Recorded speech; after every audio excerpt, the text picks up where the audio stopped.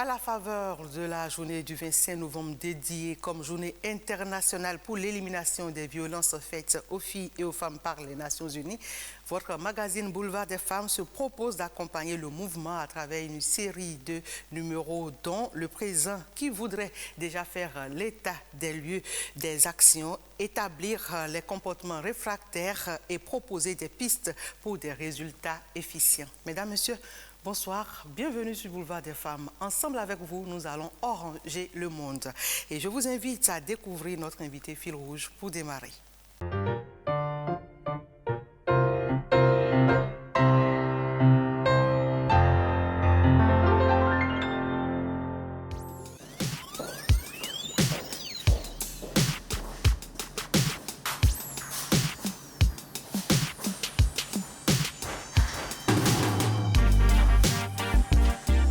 Elle a une carrière socio-professionnelle assez originale.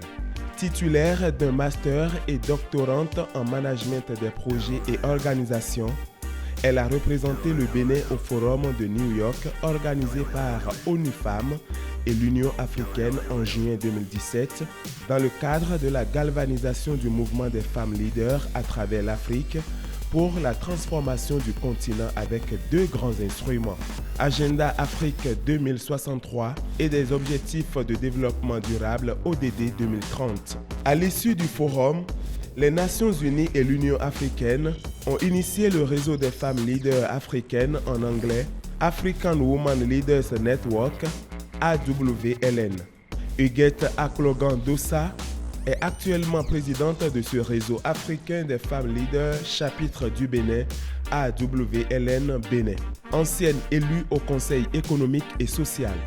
À travers l'association Les Sœurs Unies à l'œuvre, elle s'engage dans le social pour soutenir plusieurs orphelinats et centres de formation des jeunes filles dans son pays.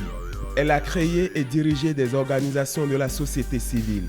Et c'est au nom de ces OSC qu'elle a siégé dans les institutions comme le Conseil économique et social, où elle a présidé la plus importante des trois commissions, à savoir celle de l'économie et des finances, pendant la 4e mandature. Ma source d'inspiration, dit-elle, c'est le partenaire invisible, Dieu. Mon enseigne, je suis un mastodonte et le potentiel en moi transforme le monde. Car je crois en la puissance de l'invisible qui nous protège. En outre, elle affirme tirer sa motivation des défis successifs qu'elle relève.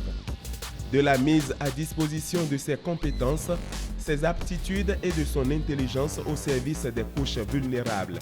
L'énergie débordante qu'elle dégage lui permet de toujours chercher la perfection dans tout ce qu'elle fait et d'avoir une vision orientée vers la réussite. Et ces facteurs de réussite sont entre autres savoir se faire entourer de ressources humaines compétentes, puiser dans les valeurs cardinales que sont l'honnêteté, l'excellence, la reconnaissance, l'édification de ceux qui vous entourent et qui font bien ce que vous leur confiez, la persévérance, le partage d'expériences pour aider d'autres femmes leaders, savoir quitter les choses au bon moment. Dans l'exercice de ses fonctions, elle a été élue Peace Lady, personnalité féminine de charisme, ce qui lui a fait porter la paix et la justice sociale durant toute une année au Bénin. Huguette Aklogan-Dossa, la cinquantaine évoluée, est mariée et mère de 3 enfants. Voilà, Huguette Aklogan-Dossa, elle a soupiré juste après le passage de son portrait. Qu'est-ce qui vous a fait soupirer, madame Huguette Aklogan? J'ai entendu des valeurs que je porte et je remercie le partenaire invisible pour ça, qui m'a donné cette possibilité-là de venir au monde et de vouloir transformer tout ce que je trouve autour de moi.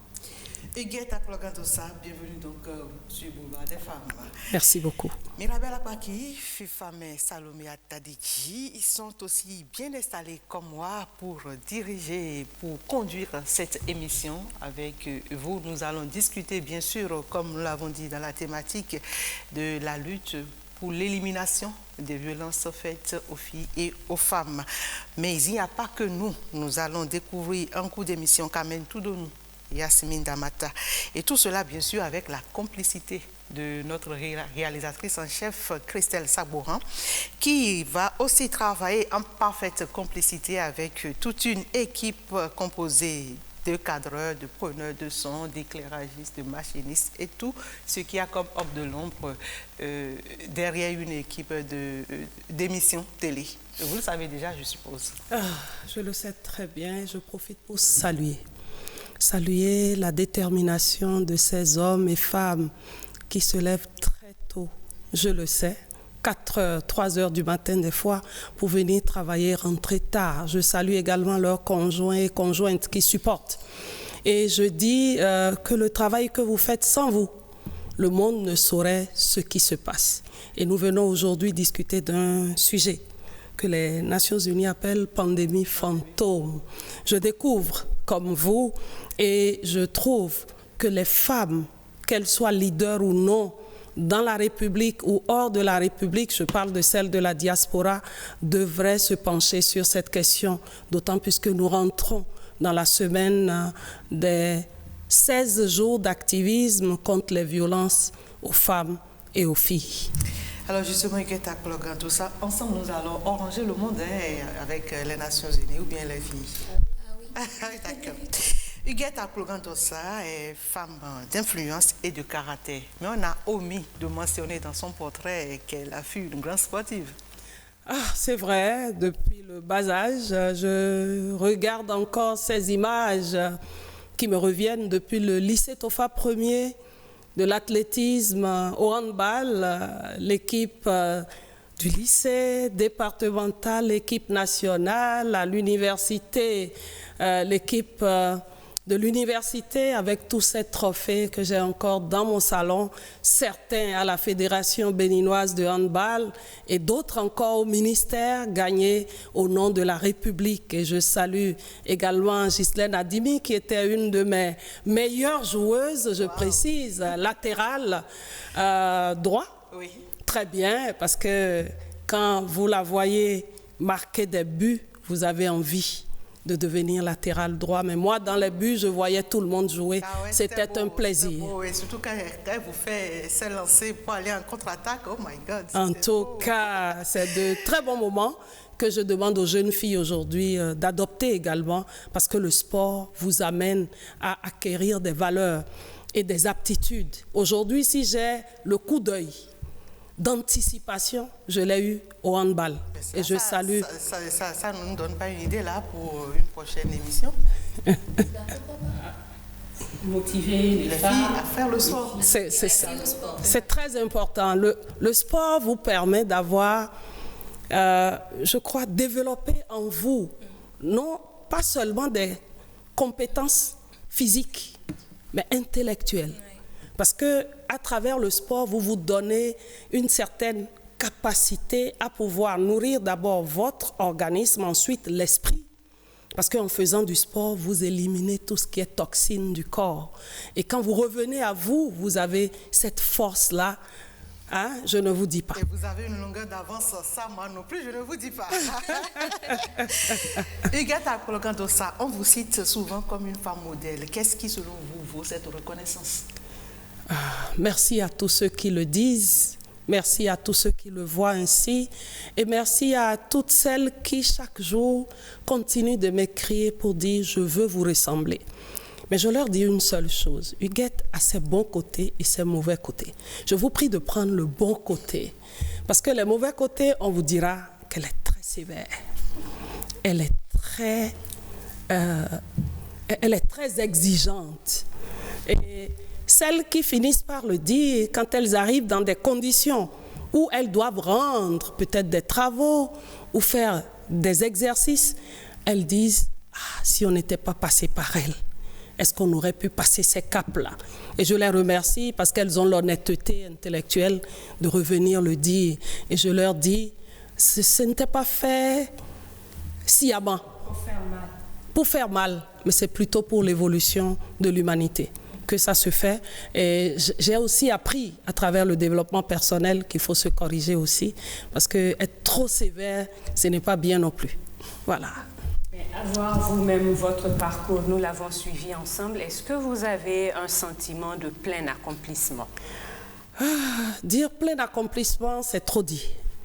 Il y a encore à parfaire, parce qu'on n'a pas fini. Vous avez entendu que je suis l'actuelle présidente du réseau des femmes leaders africaines. C'est le chapitre du Bénin. En suivant votre portrait tout à l'heure, j'ai juste compris que vous êtes une personne très optimiste, une personne très positive. Alors dites-nous d'où est-ce que vous tirez cette force-là? Merci. On l'a dit, je suis une mastodonte. Et le potentiel en moi transforme le monde, car je crois en la puissance du Très-Haut qui nous protège. C'est votre credo? Oui, c'est mon insigne. Et vous voyez, croire en quelque chose, c'est d'abord avoir de la confiance en soi. Mais vous l'avez tiré de quelqu'un. Et j'ai été élevée dans la Bible. Chaque jour, avec le lecteur de la Bible, vous avez un sujet qui vous inspire. Et en finissant ma prière, je trouve toujours un élément motivateur ou pour aller réparer quelque chose que j'ai eu à faire qui n'est pas bien, ou pour avancer davantage, soit avec ma petite famille ou avec tout le monde qui m'entoure. À quoi bon ne pas chercher des compétences qui savent faire ce que vous voulez faire, que vous ne possédez pas en réalité, et vous voulez tout faire. Vous ne pouvez pas tout faire. Vous ne pouvez pas tout faire. Et c'est là où la valorisation des autres, l'édification des autres est très importante. Je vous prends FIFA main. Je dis, vous êtes très bien coiffé. Tout de suite, vous vous sentez valorisé. Je dis, vous avez porté des lunettes qui vous vont à merveille. Vous verrez que le monde autour de vous verra que vous êtes bien présenté. Et comme ça, quand on vous présente, quand on vous vend très cher. On ne vous vend pas à vil prix. Et c'est ce que je demande à toutes les femmes de faire désormais. De trouver le meilleur en leur interlocuteur. De mettre le meilleur en exergue. Et quand on trouve un défaut, qu'on ait l'honnêteté. Ensuite, l'humilité d'appeler la personne, de lui dire en cachette, de l'arranger, de l'amener à la face du monde maintenant pour présenter sa plus belle partie. C'est ça, l'homme, c'est ça l'humain. Je constate que vos initiatives sont généralement orientées vers la jeune fille ou la femme. Pourquoi avoir choisi de concentrer vos actions sur cette couche de la société? Je dirais que c'est la couche vulnérable. Et vous voyez déjà le déséquilibre entre hommes et femmes. Nous demandons à aller vers l'équité qui permette à l'homme et à la femme, dans les meilleures conditions ou dans les mêmes conditions placées, puissent bénéficier des mêmes avantages. Aujourd'hui, plus que jamais, les associations, organismes et même les individus sont invités par les Nations Unies à se mobiliser davantage pour lutter contre toutes les formes de violence basées sur le genre, notamment la pandémie de coronavirus qui a fait que ces violences se sont beaucoup plus accrues. Qu'est-ce qui justifie, à votre humble avis, le fait qu'il y ait ce regain d'engagement pour lutter contre les violences faites aux femmes? Depuis que Covid est arrivé, ces femmes qui étaient déjà vulnérables, qui difficilement arrivaient à trouver les ressources pour satisfaire leurs besoins quotidiens, étaient obligées de rester à la maison. Certaines étaient devenues désœuvrées. Elles n'avaient plus d'activité puisque ce qu'elles faisaient, il fallait sortir chaque matin pour aller faire cette activité-là. Plus d'activité.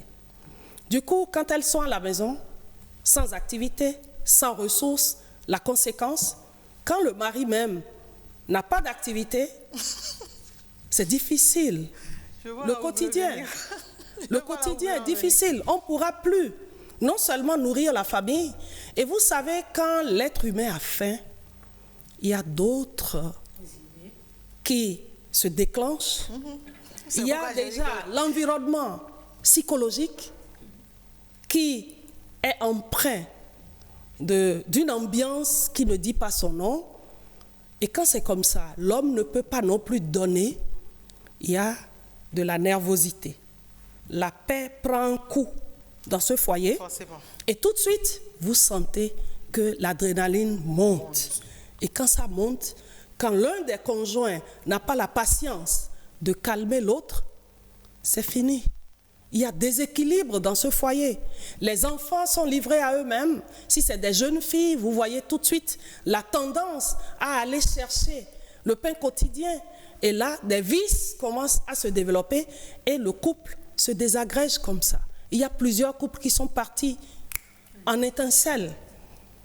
Plusieurs couples qui se sont désorganisés comme ça. Et vous voyez les prêtres et les pasteurs maintenant au secours pour régler les conflits de foyer, pour régler les conflits familiaux, pour gérer plusieurs discordes qui se mettent en exergue. Mais que faire?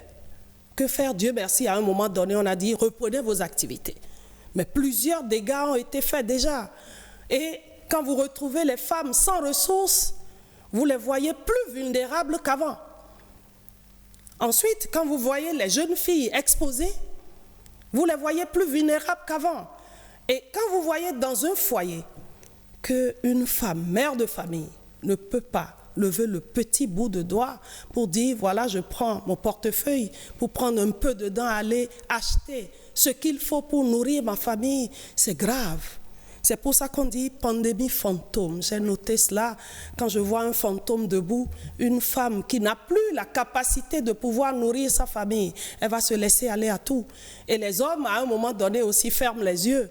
Ils ne veulent même pas savoir ce que la femme est allée faire pour venir nourrir la famille. Et ça devient un autre fléau. Ça devient un autre fléau. Raison pour laquelle il est très important de renforcer les capacités, non seulement de compétences, mais également financières des femmes. Et c'est la raison pour laquelle je salue tout le travail qui se fait. Heureusement, dans cette période, nous avons eu les microcrédits par Momo, initiés par le gouvernement. Les femmes étaient très contentes de recevoir ces ressources et de pouvoir mener des activités en famille avec. Mais je dirais une chose. La première est d'attendre les autorités, mais la deuxième est de pouvoir utiliser les nouvelles technologies de l'information et de la communication aujourd'hui pour se faire des ressources en ligne. Une femme qui peut utiliser son téléphone portable pour mener des activités génératrices de revenus, pourquoi pas? Utiliser les réseaux sociaux pour poster ces activités qu'elle fait et que d'autres commandent en ligne et qu'on fasse livrer par des services de livraison. Beaucoup d'activités se sont développées comme ça. Et je voudrais que les femmes béninoises se mettent au diapason de la technologie pour pouvoir saisir ces opportunités-là, se former. Sur WhatsApp, Facebook, s'amuser sur les réseaux sociaux, mettre sa photo pour voir, pour permettre à d'autres de voir et d'admirer, ça n'apporte rien. Est-ce que quand elle poste ces photos-là, ça lui apporte des ressources? Il vaut mieux poster des choses utiles pour recevoir des mobile money après, pour pouvoir mener une vie décente, donner à sa famille une vie d'intégrité, que de s'amuser sur les réseaux sociaux. Alors, avant d'aller plus loin, nous avons donc rencontré Madame Claire Onga-Imona, vous la connaissez? Très bien, une grande sœur de valeur. Elle est membre du Sortimus International Club et avec elle, Mirabel, nous avons échangé sur l'état des lieux. Des actions engagées au Bénin. Justement, et c'est toi, Ghislaine, qui a interrogé, je tiens à le dire. Dans l'interview que nous allons suivre tout de suite, elle dresse l'état des lieux, comme elle dit, et elle peint un peu toutes les actions qui ont été menées, mais qui, quelque part, ont des limites et qu'il va falloir renforcer. On la suit.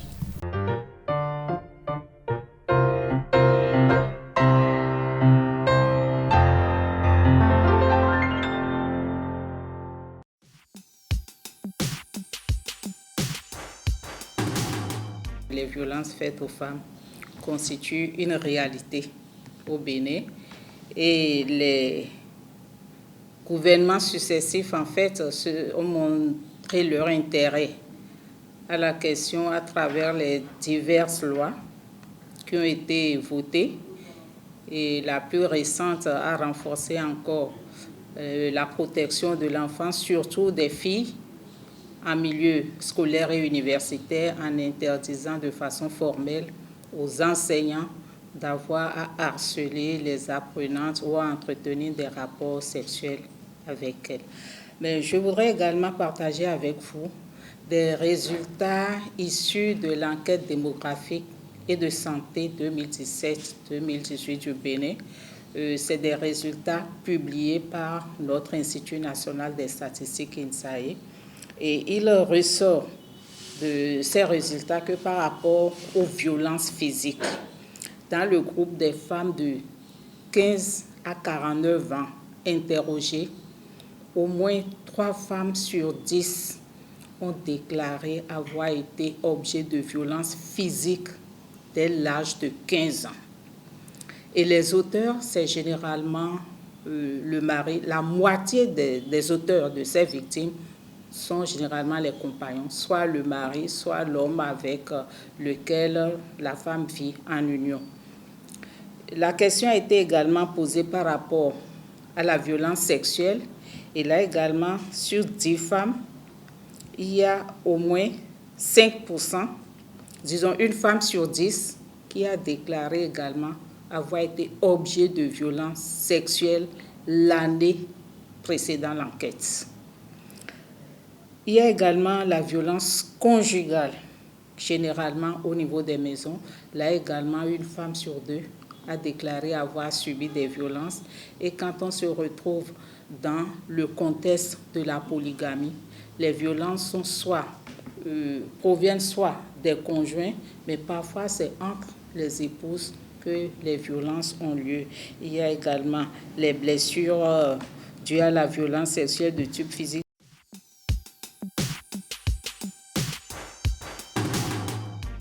Par rapport aux raisons qui peuvent justifier les violences faites aux femmes. La première raison, c'est de dire, est-ce que le fait pour une femme de laisser brûler la nourriture sur le feu peut justifier qu'elle soit battue par l'homme?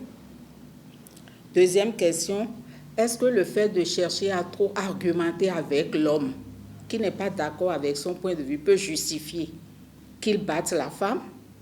Autre question, c'est de savoir si le fait pour la femme de sortir de la maison sans autorisation du mari peut justifier qu'elle soit battue. Le fait pour la femme de faire preuve de négligence à l'égard de ses enfants peut-il justifier que le mari puisse la battre? Et enfin, le fait de refuser des rapports sexuels dans le ménage peut-il justifier que la femme soit battue? Et à toutes ces réponses, on a 2 fois de femmes qui répondent par oui que d'hommes. Et vous allez observer tout à l'heure, et c'est ça qui est hallucinant. C'est en cela que le chemin est encore très long pour lutter contre les violences faites aux femmes. Vous voyez, la femme qui elle-même pense que son mari a le droit de la battre. Là, il y a un problème. L'enquête a révélé également que sur les femmes battues, il y a au moins 3 qui appellent de l'aide pour sortir de la violence. Ma question, c'est de savoir, est-ce qu'elles ont ces réponses ou est-ce qu'elles ont les réponses adéquates? C'est là que je voudrais dire que pour vraiment agir sur les violences faites aux femmes, il ne faut pas simplement réprimer les faits, mais il faut pouvoir donner aux femmes les réponses qui leur permettent de ne pas rester dans une dépendance perpétuelle qui justifie qu'elles soient toujours objet de violence.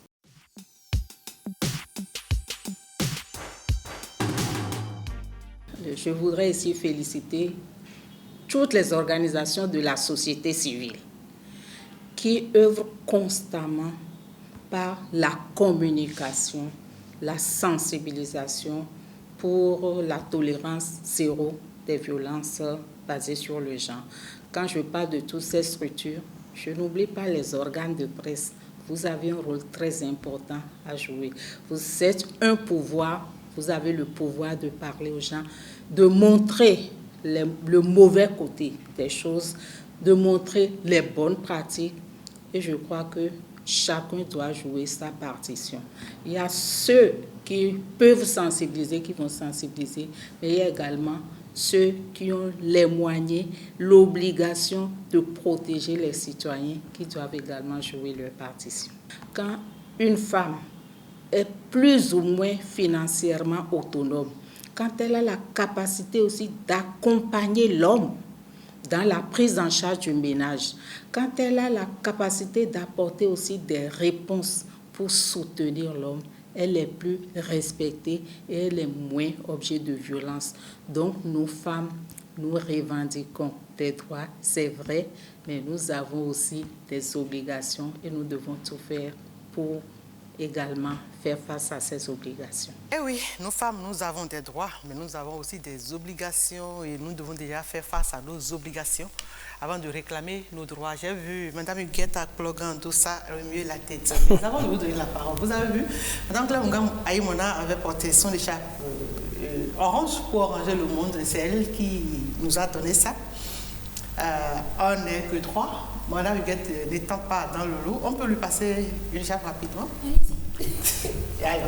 Je reçois avec plaisir et surtout avec déférence pour dire merci à ma grande sœur Claire Ongan Aïmona. On a fait plusieurs missions pour aller parler des droits des femmes, l'évolution de la femme ensemble. Sur Optimiste, je dirais qu'à travers cette écharpe, je demanderai à tous les hommes, à toutes les femmes, de savoir que le 25 novembre prochain, au 10 décembre, qu'ils doivent tout faire pour éviter les violences, qu'elles soient sexuelles, conjugales en général, à l'endroit de leurs épouses.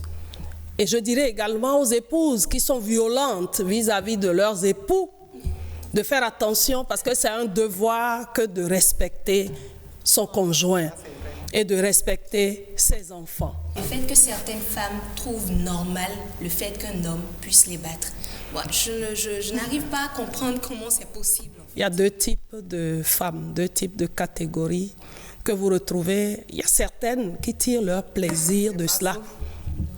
Elles tirent leur plaisir de là. Et ça, c'est des cas assez éparses. Mais les autres qui pensent que ça doit être ainsi, je crois que c'est une question d'éducation, tout simplement. C'est une question de modèle devant elles, qu'elles n'ont pas eu et qu'elles estiment, si on les a rendues mariées ou vendues mariées, ça peut s'expliquer dans ce sens-là. Mais si vous avez reçu une éducation normale et que votre époux vous bat, c'est que celui-là, il n'est pas équilibré déjà, pas bien éduqué et qu'on doit l'amener à la raison. Alors, Mme Huguette Aplogan, si on a encore environ 32% de femmes qui estiment que pour des raisons pas très fondées, on l'a entendu, leurs maris peuvent les battre, est-ce que quelque part on n'a pas un sentiment d'échec par rapport à toutes ces actions qui se sont menées jusqu'ici pour que les luttes, pour que les violences à l'endroit des femmes cessent? Ah, c'est vrai, peut-être quelque part on vous donnerait raison.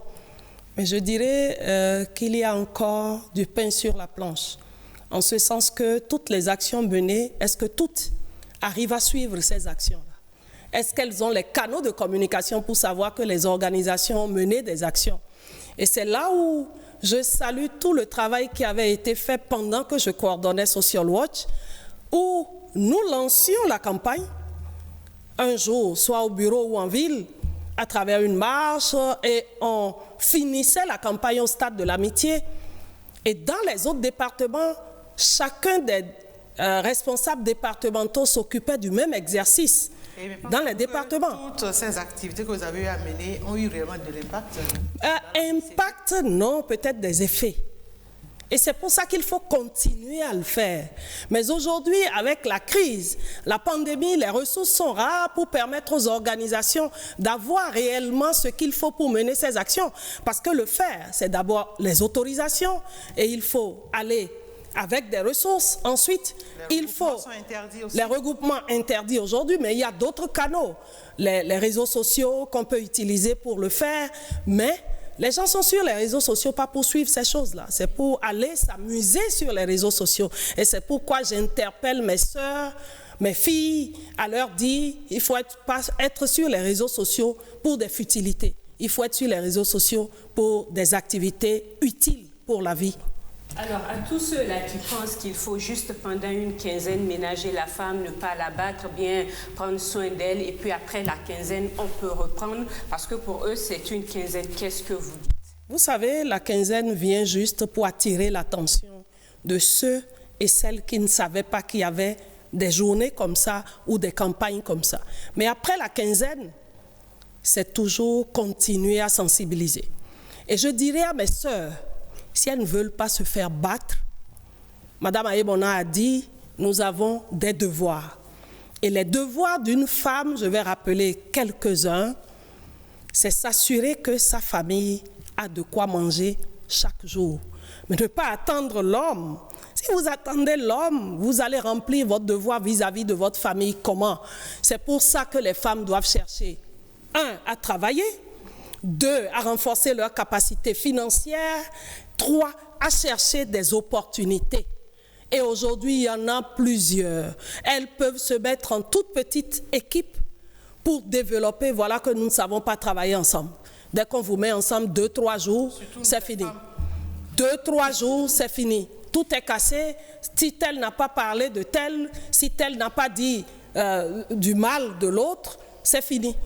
Or, nous devons développer ces choses. Le monde ne fonctionne pas à l'individualisme aujourd'hui. Le monde fonctionne dans le réseau et dans les regroupements. Et les femmes doivent savoir saisir ces opportunités pour éclore leurs capacités et essayer de tirer leur épingle du jeu. L'autre chose, une femme, ses devoirs, c'est savoir cajoler son époux et savoir entretenir ses enfants. Une femme également à la maison, c'est savoir rendre sa maison propre. Une maison propre quand l'homme rentre chez lui. Et il faut essayer de parfumer un peu, comme ça détend. Et vous avez ces arômes-là qu'on peut utiliser. Juste si celles dont je parle n'ont pas les arômes, elles peuvent également utiliser. Nos mamans utilisaient de petites plantes. Quand vous les mettez dans la braise, ça change tout de suite l'odeur de la chambre. Ça... C'est un astuce. On fait tout ça, mais ça ne change absolument rien. Bien au contraire, ça va de mal en pire. Toujours violent. Est-ce que cette femme-là doit toujours continuer de subir et de continuer à lui faire plaisir? Je dirais que la résolution 1325 des Nations Unies, quand on la lit sur tout ce qui est paix et sécurité, le rôle de la femme est de toujours continuer. Vous vous êtes mis ensemble pour le meilleur et le pire. Et on constate que le pire prend le dessus sur le meilleur. Tout ce que je vais conseiller à mes sœurs, c'est de savoir d'abord identifier le point faible de leur conjoint. Il faut analyser et trouver le point faible de votre conjoint.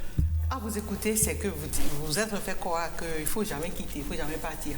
Mais vous avez dit, dans le portrait, on a bien relevé que vous dites souvent qu'il faut savoir... quitter les choses au bon moment. Quitter les choses au bon moment, c'est dans un contexte donné. Parce que le pire peut vous être fatal aussi. Hein? J'explique le contexte dans lequel je dis quitter les choses au bon moment.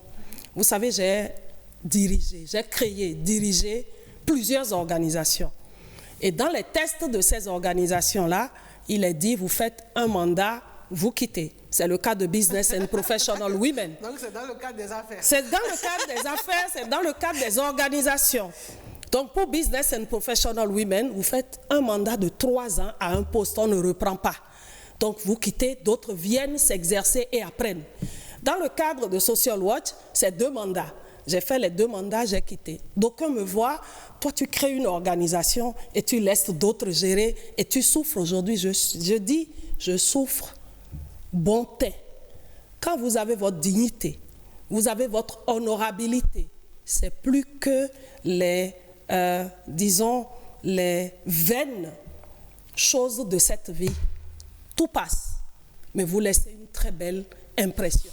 Maintenant, je ne dis pas aux femmes de quitter leurs époux au bon moment. Attention.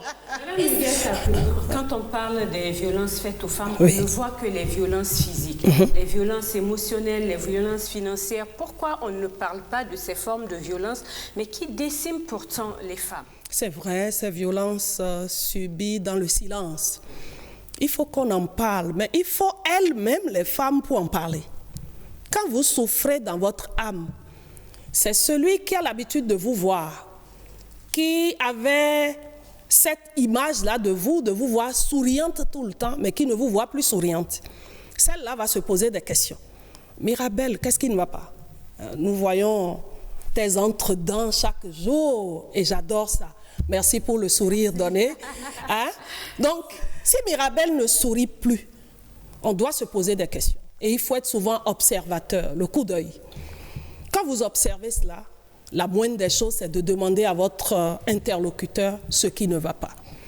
Quand les femmes constatent que c'est comme ça, le soutien, la solidarité demande qu'on puisse se rapprocher de son prochain pour lui dire qu'est-ce qui ne va pas. Et à vous de vous ouvrir. Quand vous ne vous ouvrez pas, on ne peut pas savoir, on n'est pas devin.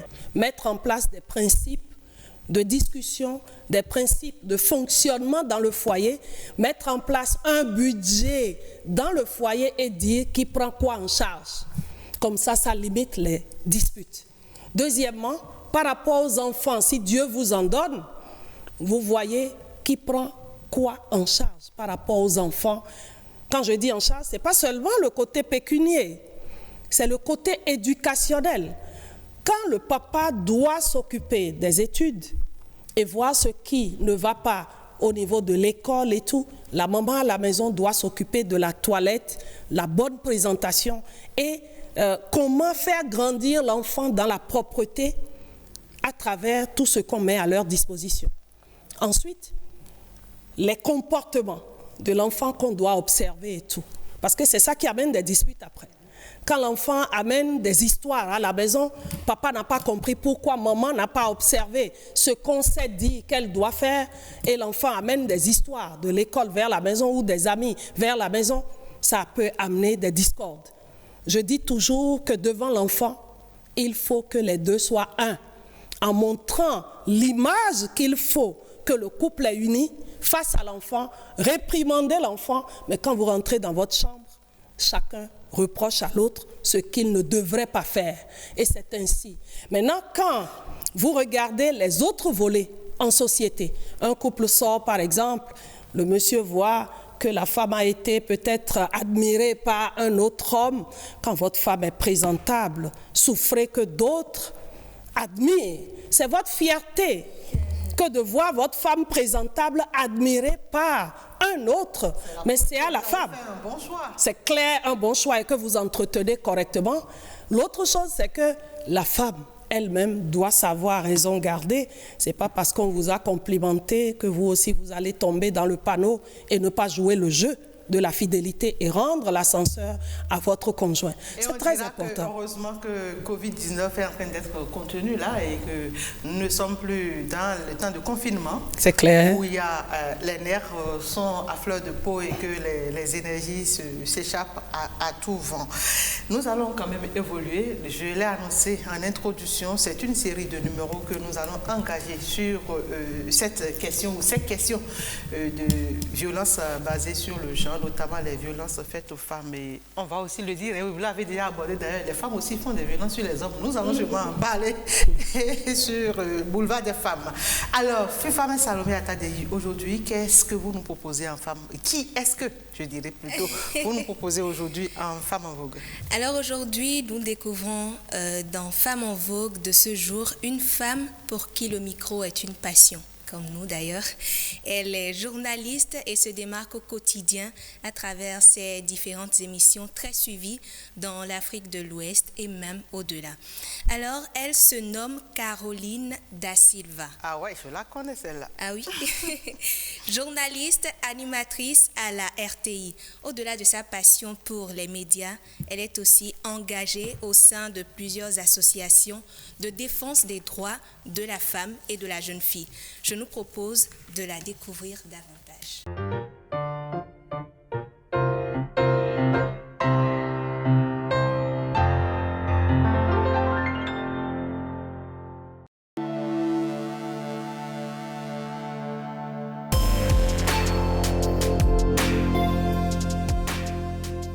Néban Caroline Traoré était une figure méconnue des Ivoiriens jusqu'en 2012. Elle menait une vie discrète avec Lionel André da Silva, avec qui elle a convolé en juste noces en 2012.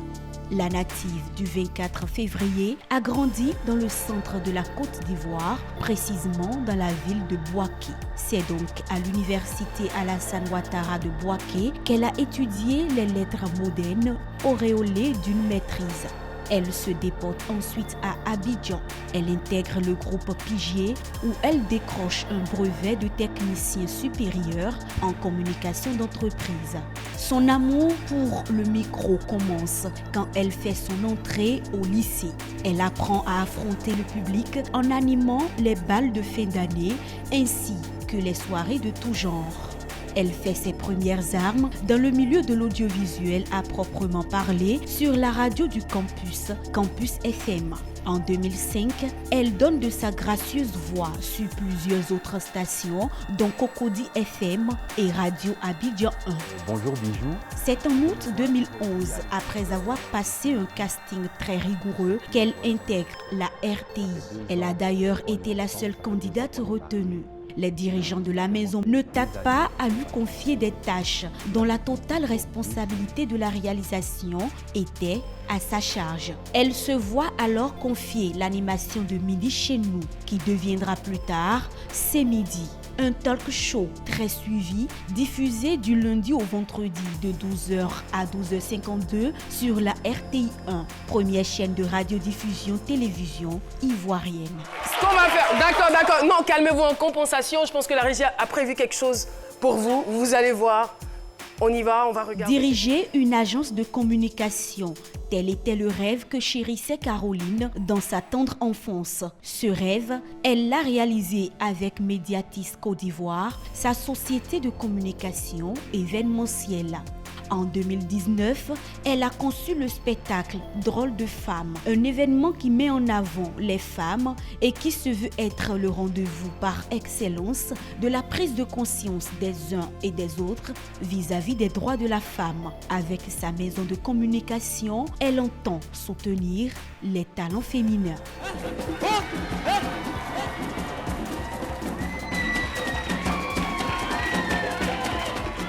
Toutes ces charges accumulées lui ont valu maintes distinctions, dont meilleure animatrice d'émissions culturelles en Afrique de l'Ouest au Kama Awards 2016 à Bamako, désignée ambassadrice libre ensemble par l'Organisation internationale de la francophonie en 2017. Elle va décrocher ensuite le prix spécial de la meilleure animatrice télé 2018 en reconnaissance de ses mérites et de sa contribution au rayonnement de la RTI décerné par l'ONG Investir.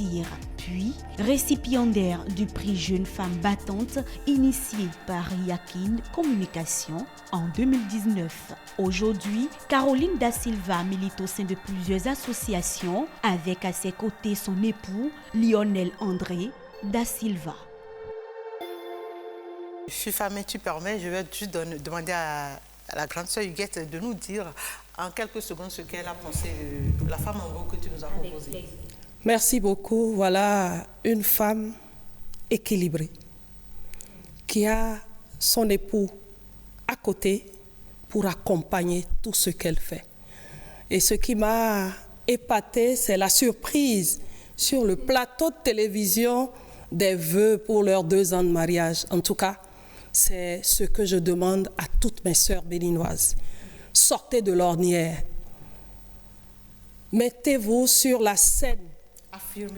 Affirmez-vous, qu'on vous reconnaisse vos mérites, parce que vous en avez, même si vous êtes femme au foyer, ménagère, vous en avez, et en vous, il y a des potentialités qui doivent s'éclore. Merci, Madame Huguette Akploga Dossa pour la tâche d'encre qu'amène Toudonou, nous amène directement au Nigeria. Nous venons de la Côte d'Ivoire. Maintenant, nous allons au Nigeria avec Amen Toudonou à travers un récit qui nous plonge dans nos réalités africaines.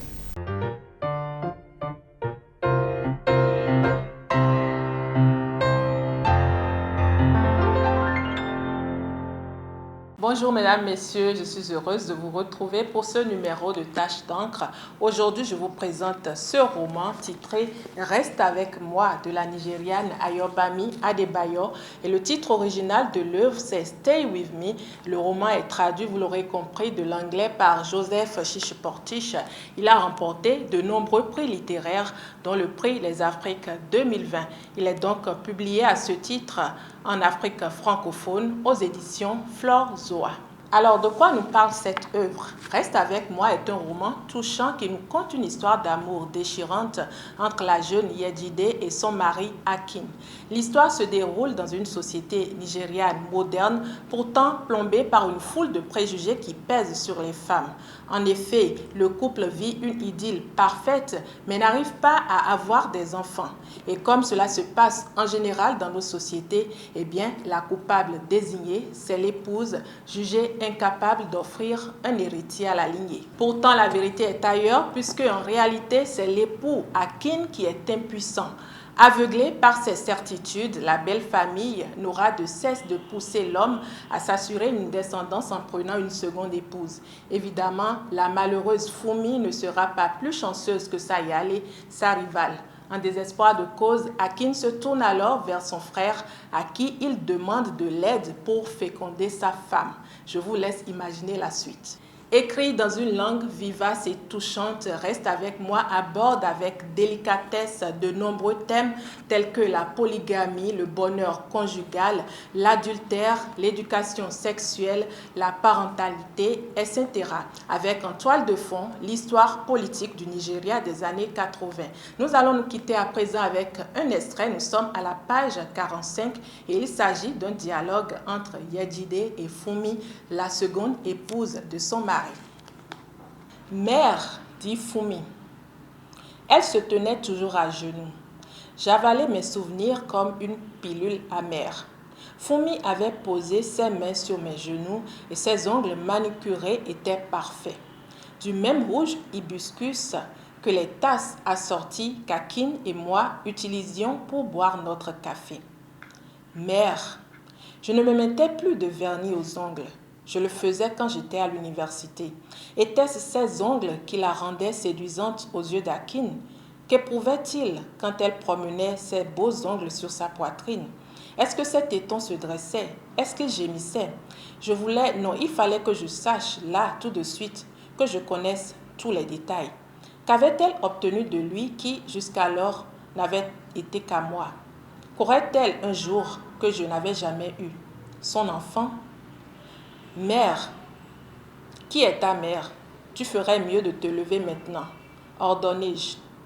Il y avait un fauteuil libre à côté de moi, mais elle choisit de s'asseoir sur la coudoir du mien. Que fais-tu ici? Et qui t'a indiqué l'adresse de mon salon?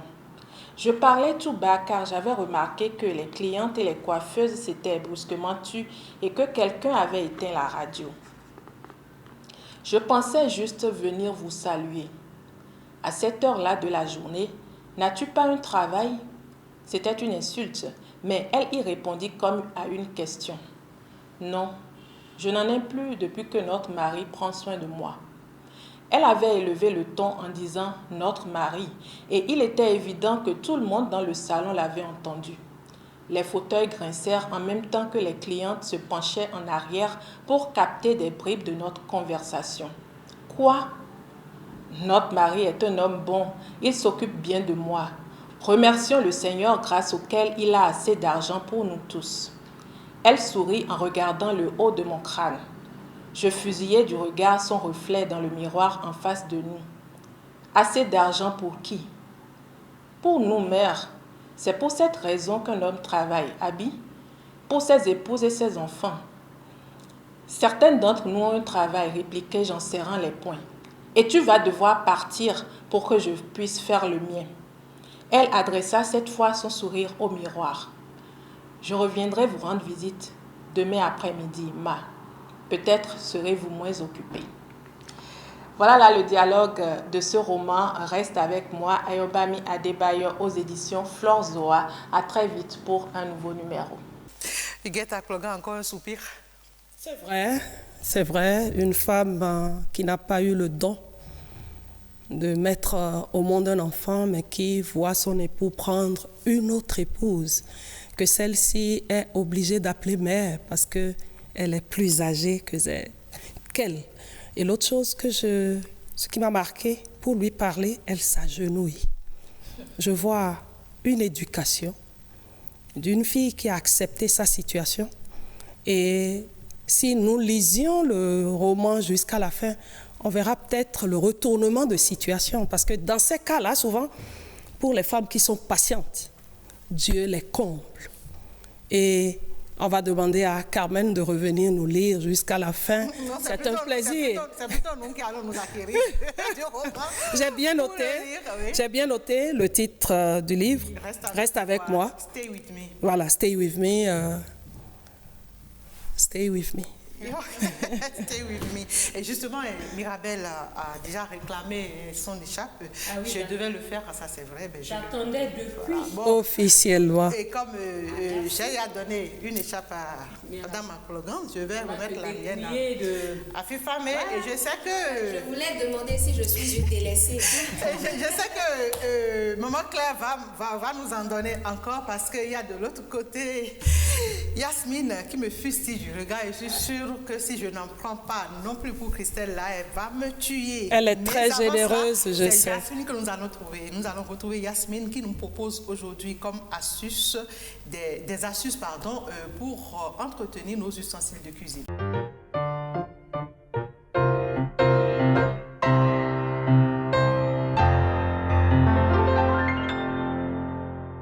Bonsoir à toutes et à tous, bonsoir le plateau, chers téléspectateurs. Pour ce numéro de votre rubrique Recettes et astuces de femmes, je vous propose comment entretenir vos ustensiles de cuisine. Et pour ce numéro, il s'agit spécialement de comment entretenir votre casserole. La solution, c'est à travers 4 ingrédients que je vous propose. Il s'agit du citron, un demi-citron, le jus d'un demi-citron, de la bicarbonate de soude, de la pâte dentifrice, n'importe quelle pâte dentifrice ferait l'affaire. Ensuite, une coquille d'œuf. Oui, une coquille d'œuf que vous allez casser pour ajouter à notre mélange. Tout de suite, passons à la phase pratique de notre astuce. Vous prenez votre casserole, vous appliquez le mélange obtenu.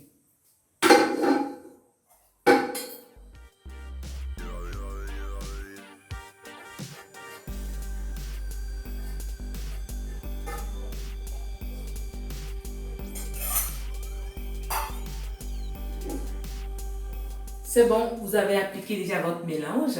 Maintenant, nous allons attendre 30 minutes. Après 30 minutes, nous allons passer à la phase de nettoyage.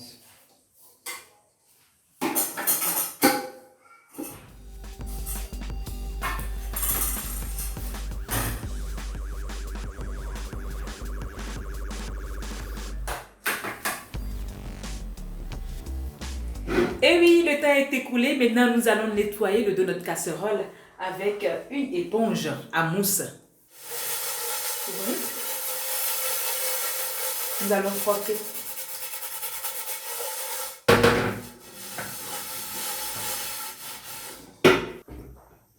Et oui, chers téléspectateurs, vous voyez, nous venons de nettoyer et c'est ce que ça donne. Comparez ça à ce que nous avions au départ et vous remarquerez qu'il y a un changement. Chers téléspectateurs, faites également l'essai de cette astuce chez vous et revenez nous dire comment ça s'est passé en laissant un petit message sur la page YouTube de l'émission. Madame Maclogan, vous avez une astuce à partager avec nous aussi? Je félicite déjà votre collègue qui a fait du bon travail. 4 astuces. Je vais ajouter 2 autres. De l'huile rouge passée derrière les marmites avec un peu de sable, ok? Et on frotte comme elle l'a fait, ça part. La cendre également peut jouer le même rôle et il faut avoir de la cendre. Tout mon souhait est de savoir que les jeunes filles qui devraient apprendre à faire ces choses vont suivre l'émission, capter ce qu'on leur offre comme solution sans coût pour faire ce genre de travail et entretenir leur cuisine, que le mari viendra voir nickel, pour être heureux, pour bien les entretenir là où il faut, elles vont suivre l'émission pour amener la paix et la sérénité dans le foyer. Merci. Je n'ose pas traduire le geste que je vois de l'autre côté. Non, oh non. Yasmine fallait sur ce plateau. Bon, de toute façon, on a bien suivi les astuces de Madame Yasmine et puis de Madame Huguette Akplogan. Ben, nous allons la cuisiner autrement, mais c'est dans Cooking et Taquine.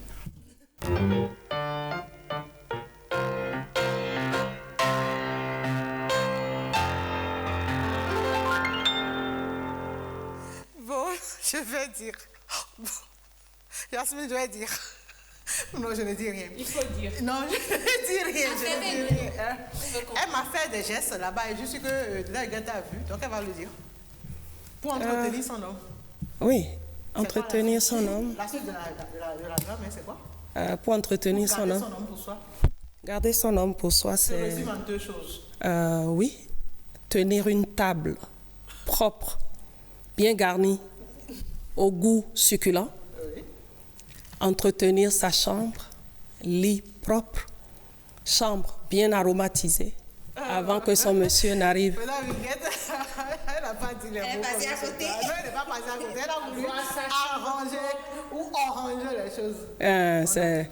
Manger. Oui, les deux, disons la bouche et le corps qui tressaille. Bon, d'accord. Dans Cooking et Taquine aujourd'hui, je ne suis pas inspirée, donc je laisse la parole à Fifam et Mirabel. Mirabel d'abord. Je cherche. C'est grave. Elle est prête, hein? Cuisiner là, On rapidement. peut vous cuisiner comme on cuisine.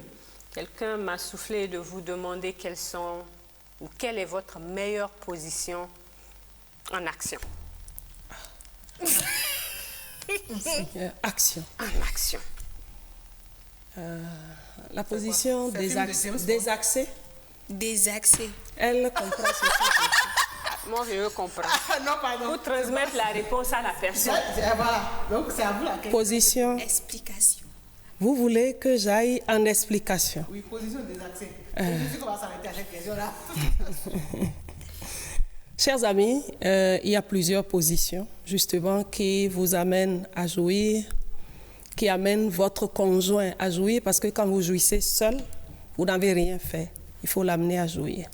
Et les positions sont consignées dans les livres. Et ces livres-là, on nous demande de les appliquer. Malheureusement, nos parents ne nous ont pas appris à mettre ces choses sur la face du monde ou sur un plateau. Donc, les expériences se font en chambre.